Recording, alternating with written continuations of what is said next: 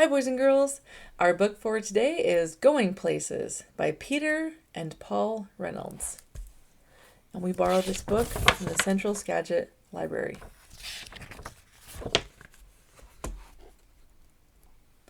Raphael had been waiting all year long for the Going Places contest, a chance to build a go-kart, race it, and win.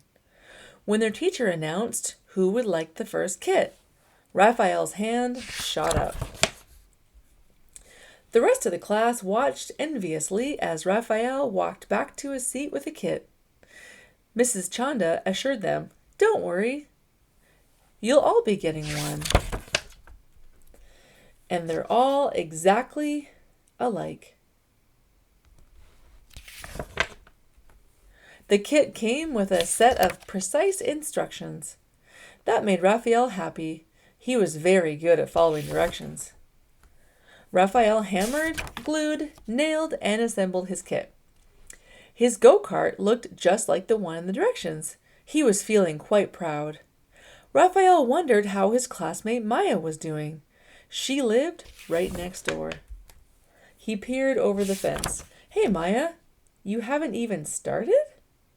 Maya didn't respond. She was so intent on watching the bird in front of her and quickly sketching it that she didn't even notice Raphael. Then she just put down her pencil and stared at the bird dreamily. Raphael shrugged and let her be. The next morning, Raphael checked back in to see how Maya was doing. "Wow, what is that?" he asked. Maya grinned. "You like it?" Raphael responded slowly. "Yeah, extremely cool. But, Maya, there's just one little problem. That's not a go-kart." Maya smiled. "Who said it had to be a go-kart?" Raphael was confused. The set of instructions inside the box were for a go-kart. But then again, they didn't say it had to be a go-kart. He looked again at Maya's contraption. After a moment, he grinned. "I get it. Hey, Maya, I really want to win this race. The instructions never said we couldn't team up either." And so they did, working late into the evening. The next day, everyone gathered for the big race. Each go-kart was a perfect replica of the other. Except one. One of the kids laughed. "Looks like you had trouble with the Going Places instructions. You're going places, all right. You're going to lose."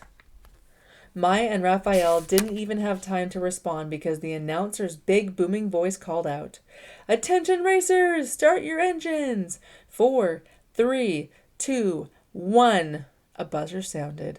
And they're off. While all the other go-karts disappeared in a cloud of dust, Maya just sat there in their motionless vehicle. Raphael shouted over the roar of engines and cheering crowds, "Maya, what are we waiting for?" "No worries, Raphael," Maya answered. "Flaps down, throttle up." And now they took off into the air.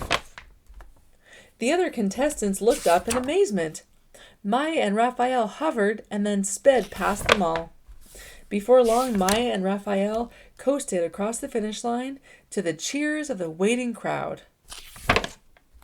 They kept rolling clear across the race grounds. Maya slammed the brakes, stopping just short of the lake at the edge of the school field. Raphael noticed a startled frog leap from a lily pad and dive into the water. He raised his eyebrow and looked at Maya. She smiled. "Raphael, are you thinking what I'm thinking?" Raphael just nodded. That's great.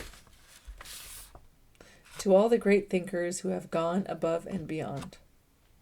All right, boys and girls, we hope you enjoyed that book. Have a good night.